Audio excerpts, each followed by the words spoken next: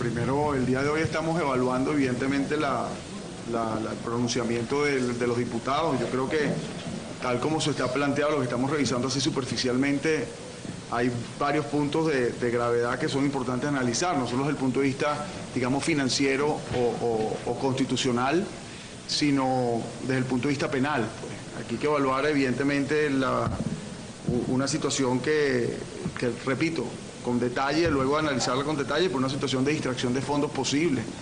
El hecho de que no haya habido autorización del endeudamiento de la República por parte de la Asamblea Nacional ya de por sí es una irregularidad, y el hecho de que no exista especificación de proyectos a donde están destinados los fondos de este endeudamiento es otra irregularidad que acarrea inclusive consecuencias penales que podría conllevar a malversación. Sin embargo, yo creo que esto no termina aquí, así como no comenzó aquí, y por lo tanto el foro penal hará su evaluación correspondiente y le presentaremos pues a los diputados las diferentes recursos o acciones, llámese penales o administrativas o constitucionales que vengan al caso, inclusive acciones de carácter internacional.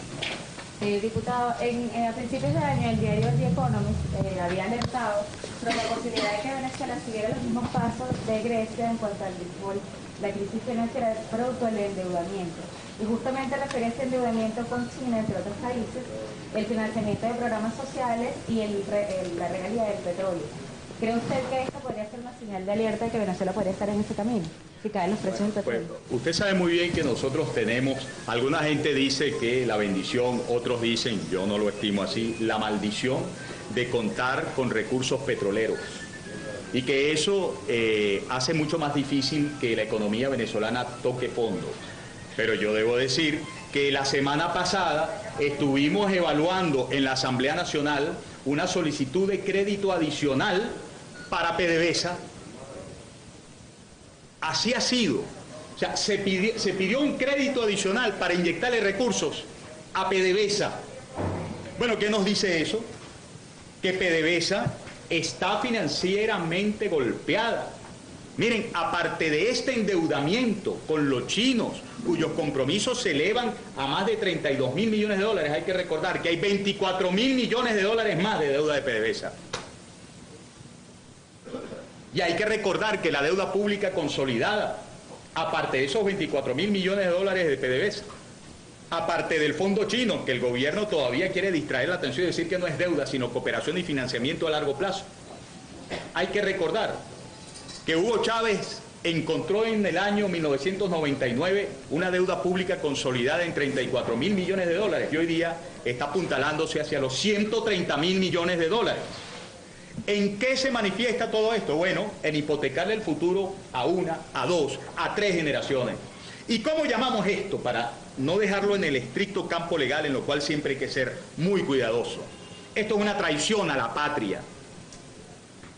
El fondo pesado 1, el fondo pesado 2 era un convenio de pago de 100.000 barriles diarios el primero, de 130.000 barriles diarios el segundo, pero el de grandes volúmenes, comenzaba con 200.000 barriles diarios y después se sumaban otros 100.000. Y el próximo año va a ser si con 430.000 barriles diarios ya PDVSA dice no puedo con mi alma, ¿qué vamos a hacer el próximo año? ¿Qué va a suceder el próximo año? Eso es traición a la patria. Atentar contra Petróleos de Venezuela es atentar contra la nación. Esta es obviamente una expresión que ya sale de un alma, de un venezolano. Eso es traicionar a nuestro país. Porque este gobierno nos hizo más dependientes que ningún otro gobierno de la actividad petrolera. Porque este gobierno depauperó, dañó, lesionó la actividad petrolera como nunca antes se había registrado. Aquí tenemos en este punto de cuenta, y cuando ustedes lo observen, les pido, evalúenlo, otra confesión de cómo este gobierno miente. ¿Dónde está el punto de cuenta? Aquí está. En este punto de cuenta, el ministro Rafael Ramírez señala que los 419.000 barriles diarios que hasta el mes de marzo este año estaban enviando, perdón, aquí está, miren ustedes, En total se tiene comprometidos un volumen de hasta 430.000 barriles diarios para el pago de estos 3 financiamientos, lo cual significa un 16% de la producción nacional de crudo. Ahí están también manifestando que es mentira lo que han señalado de que la producción venezolana está por sobre los 3 millones de barriles diarios. Esa cuenta da 2,5 millones de barriles diarios. Entonces la mentira tiene patas cortas y gracias a Dios que tenemos verdaderos patriotas que desde el gobierno nos están facilitando documentos para que Venezuela toda comience a conocer la verdad, la profundidad del fraude que contra nuestros intereses se están cometiendo. Del fondo chino, del tercer fondo chino, en esta aprobación que hicieron en la Asamblea Nacional, se extraen los datos del cuánto, además de los 430.000 barriles diarios, tendremos que estar enviando a la China National Oil Corporation a partir del próximo año. Creo que el próximo año se suman 200.000 barriles diarios más. O sea que estaríamos hablando de 630.000 barriles diarios. ¿Y ustedes saben por cuánto tiempo se contrajo ese compromiso en la deuda esa de grandes volúmenes? Por 10 años. Por 10 años. Dicen desde el gobierno que esta es una venta de petróleo a futuro. ¡Mentira! Eso es absolutamente falso. Yo más bien diría que es todo lo contrario.